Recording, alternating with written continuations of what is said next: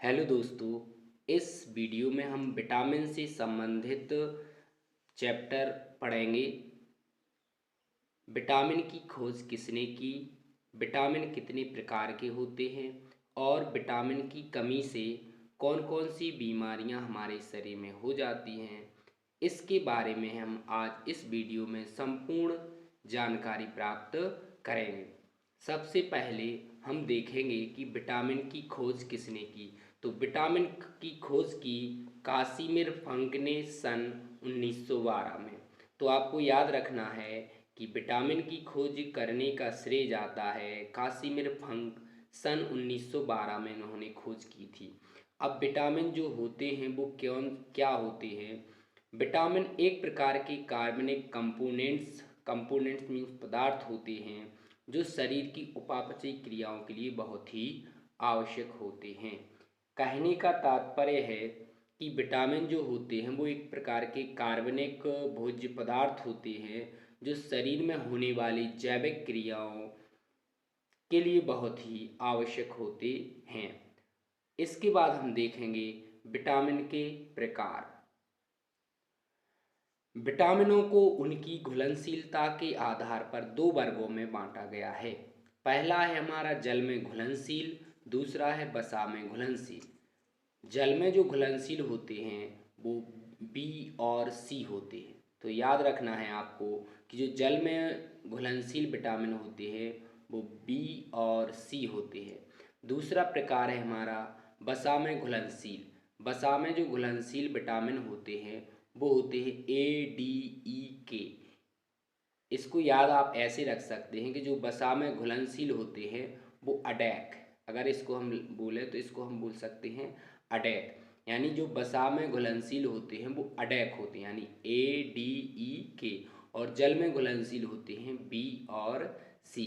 तो इस प्रकार से आप इनको याद रखें, जल में घुलनशील और वसा में घुलनशील। इसके बाद हम पढ़ेंगे, एक एक विटामिन को लेकर के पढ़ेंगे कि विटामिन ए क्या होता है और ए के कार्य क्या होते हैं, इसकी कमी से कौन कौन सी बीमारी हो जाती हैं। तो हम सबसे पहला विटामिन पढ़ेंगे ए। पहला विटामिन है हमारा ए। और ए जो विटामिन है वो होता है वसा में घुलनशील। इसके कार्य क्या है। यह हड्डियों एवं मांसपेशियों को मजबूत बनाने का कार्य करता है। विटामिन ए जो होता है यह हड्डी और मांसपेशियों को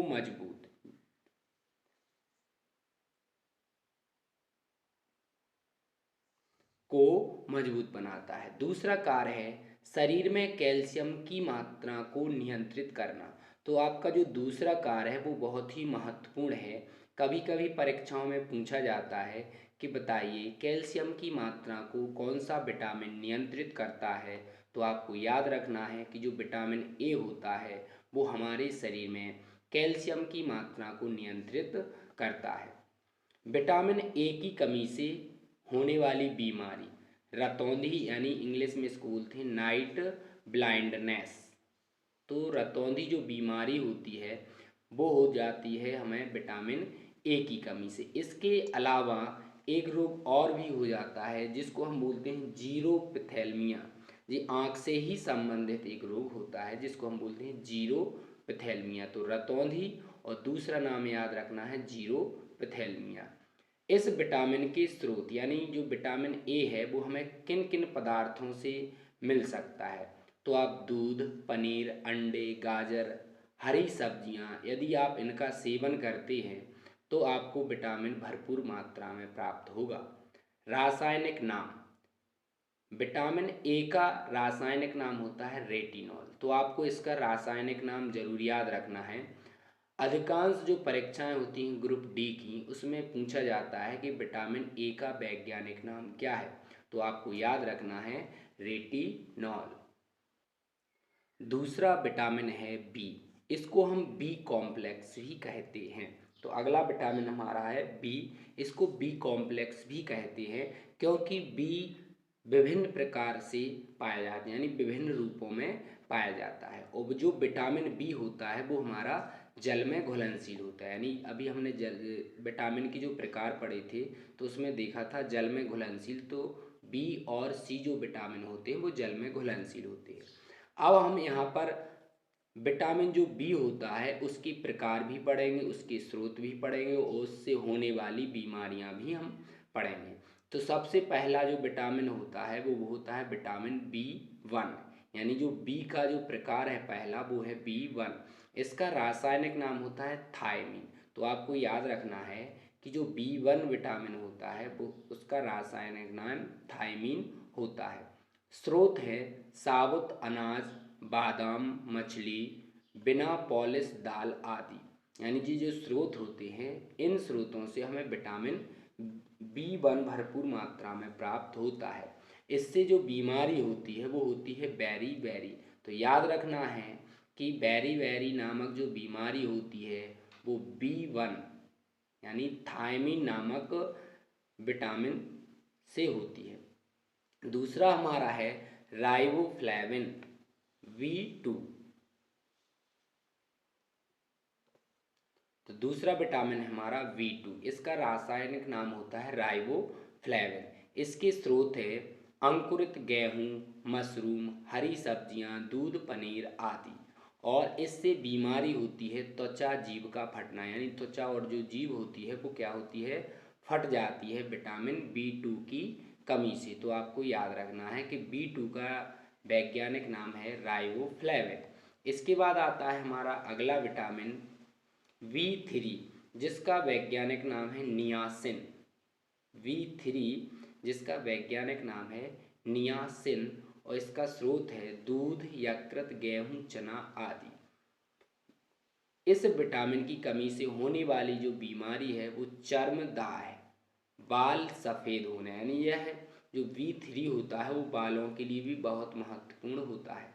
चर्मदाह माने त्वचा में जलन टाइप की पड़ने लगती है। इसके बाद हमारा अगला विटामिन है बी 5। बी 5 और बी 5 का जो वैज्ञानिक नाम है वो है पेंटोथेनिक एसिड। Pantothenic acid. तो आपको याद रखना है कि बी 5 जो हमारा विटामिन है उसका वैज्ञानिक नाम है पेंटोथेनिक एसिड। इसके स्रोत जो है मांस, मछली, अनाज आदि।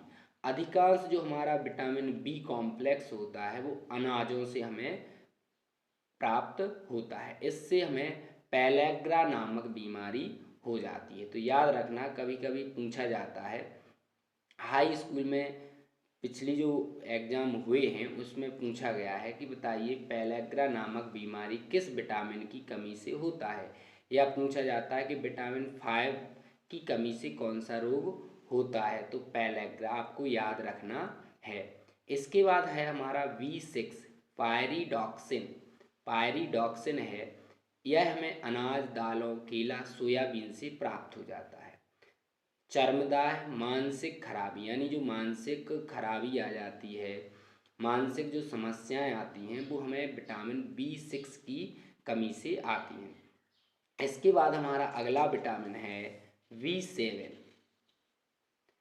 बी 7 इसका वैज्ञानिक नाम है बायोटिन। बी 7 इसका वैज्ञानिक नाम होता है बायोटिन और इसकी जो स्रोत है दूध, काष्ठ फल यानी सूखे मेवे। काष्ठ फल मतलब होता है सूखे मेवे, शहद, काष्ठ फल में बादाम वगैरह आते हैं। तो दूध, काष्ठ फल, शहद, यकृत, ये स्रोत होते हैं विटामिन बी 7 यानी बायोटिन के। इसकी कमी से होती है दुर्बलता, यानी शरीर में दुर्बलता आ जाती है और बालों का झड़ना, यानी बाल झड़ने लगते हैं विटामिन बी 7 की कमी से। अगला विटामिन है बी 9 फॉलिक एसिड। बी 9 इसका रासायनिक नाम है फॉलिक एसिड और ये हमें हरे पत्तीदार सब्जियों से प्राप्त होता है। और इसकी कमी से हमें रक्त अल्पता यानी खून की कमी हो जाती है। ब्लड की कमी होने का कारण है फॉलिक एसिड यानी बी 9 की कमी।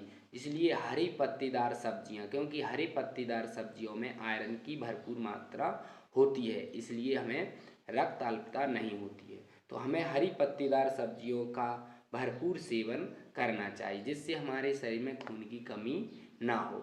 इसके बाद अगला विटामिन है B12, जिसका रासायनिक नाम है साइनोकोबालमिन या कोबालमिन। साइनोकोबालमिन या इसको हम कोबालमिन भी कहते हैं, और इसके स्रोत हैं स्पाइरुलिना, शैवाल है। तो स्पाइरुलिना नामक शैवाल से हमें B12 विटामिन प्राप्त होता है। इसके बाद है मांस, मछली, अंडे, दूध, और इससे भी हमें क्या है, हमारे शरीर में रक्त अल्पता ही होती है, यानी खून की कमी ही होती है। लेकिन मुख्य रूप से फॉलिक एसिड आपको याद रखना है, कौन सा, रक्त अल्पता, और B12 से भी आपको रक्त अल्पता होती है। स्पाइरुलिना आपको बहुत ज़रूरी याद रखना है, क्योंकि कभी कभी पूछा जाता है, बताइए स्पाइरुलिना नामक शैवाल से कौन सा विटामिन प्राप्त होता है, तो B12 प्राप्त होता है। अब हम पढ़ेंगे विटामिन बी के कार्य, यानी जो विटामिन बी कॉम्प्लेक्स होता है उसके मुख्य कार्य क्या होते हैं। तो इसके मुख्य कार्य हैं रक्त की मात्रा पर नियंत्रण, जो रक्त होता है उसकी मात्रा को नियंत्रित करने का मुख्य कार्य होता है किसका, विटामिन बी का। यानी जो बी कॉम्प्लेक्स अभी हमने उसके प्रकार पढ़े हैं, उसके कॉमन जो कार्य हैं वो हम यहाँ पर पढ़ रहे हैं। इससे जो बीमारियाँ हैं वो हम अभी बता चुके हैं आपको। तो सबसे पहला इसका कार्य होता है रक्त की मात्रा पर नियंत्रण करना। दूसरा है रक्त दाब पर नियंत्रण, यानी रक्त जो प्रेशर होता है, ब्लड प्रेशर, उस पर भी नियंत्रण करना। अगला कार्य है त्वचा की रक्षा करना, यानी जो त्वचा होती है उसकी रक्षा करना भी विटामिन बी का कार्य है।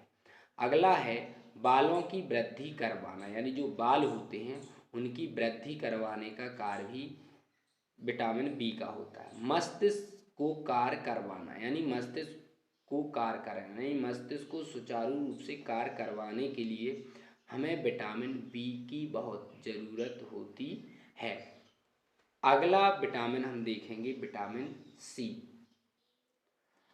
अगला विटामिन है विटामिन सी, और जी क्या होता है, जल में घुलनशील है। तो बी और सी ये दो ऐसे विटामिन होते हैं जो जल में घुलनशील होते हैं। तो विटामिन सी जो होता है वो जल में घुलनशील होता है।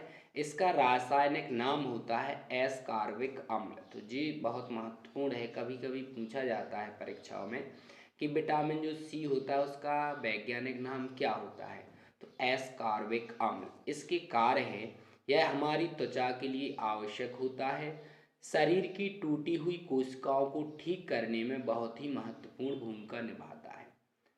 तो जो शरीर में जो कोशिकाएं टूट फूट जाती हैं उनकी मरम्मत करने का कार्य किसका होता है, विटामिन सी का होता है। अभी आपने कोरोना जो बीमारी हमें फैली हुई थी अभी, तो उसमें एस्कॉर्बिक अम्ल के क्या है, टैबलेट्स और इंजेक्शन दिए जाते थे, क्योंकि कोरोना की वजह से हमारे जो लंग्स, फेफड़े होते हैं उनमें क्या है, बहुत सी सारी कोशिकाओं की टूट फूट हो जाती थी। इसलिए विटामिन सी के टैबलेट दिए जाते थे, जिससे क्या है, भरपूर मात्रा में जब विटामिन सी प्राप्त होगा जिससे हमारी कोशिकाओं की मरम्मत हो सके।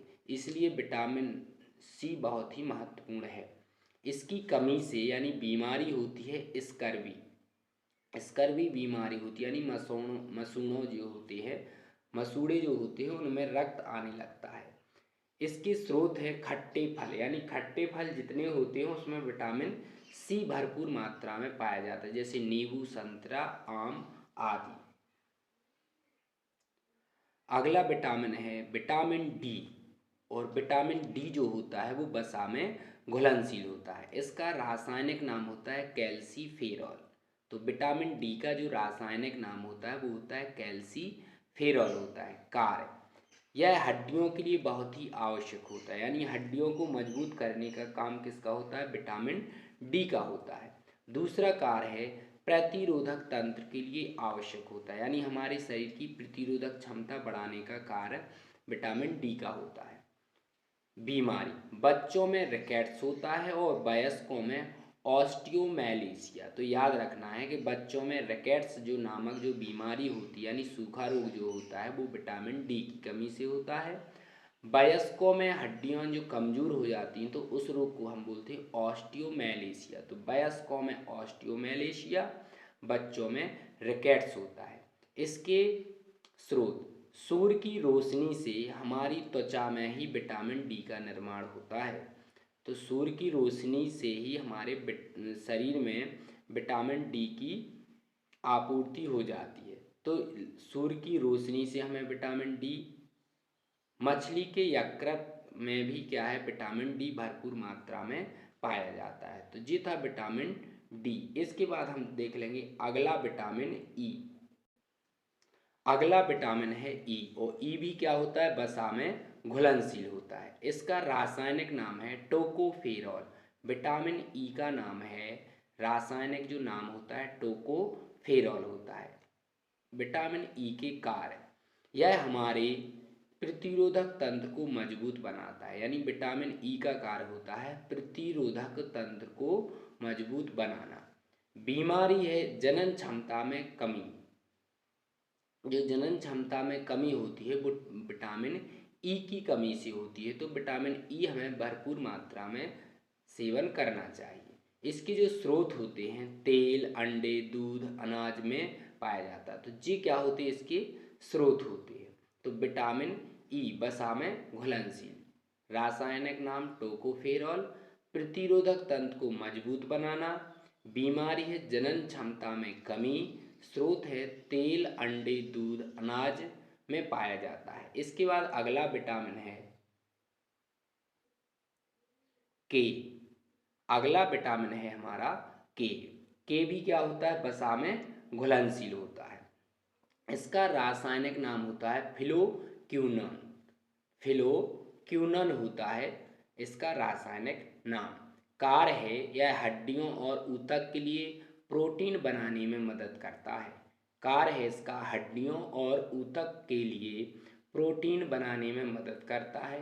बीमारी होती है रक्त का थक्का ना जमना, यानी विटामिन के की कमी हो जाती है शरीर में, तो जो रक्त होता है वह उसका थक्का नहीं जमता है। जब रक्त का थक्का जमने का मतलब है कि जब हमें कहीं चोट लग जाती है तो ब्लड निकलता है उस जगह से, तो 1 या 2 मिनट बाद स्वतः ही रक्त क्या है, अपने आप बंद हो जाता है। उसका मतलब है कि रक्त का वहाँ थक्का बन गया है। यदि विटामिन के की कमी हो जाएगी तो हमारा थक्का नहीं जमेगा और ब्लड हमेशा निकलता रहेगा, जिससे ब्लड की कमी हो जाएगी और व्यक्ति की मृत्यु हो जाती है। तो विटामिन के की कमी से रक्त का थक्का नहीं जमता है। स्रोत है टमाटर, हरी सब्जियां आदि। तो विटामिन के स्रोत हैं हमारे टमाटर, हरी सब्जियां आदि। इस वीडियो को आप जरूर देखें और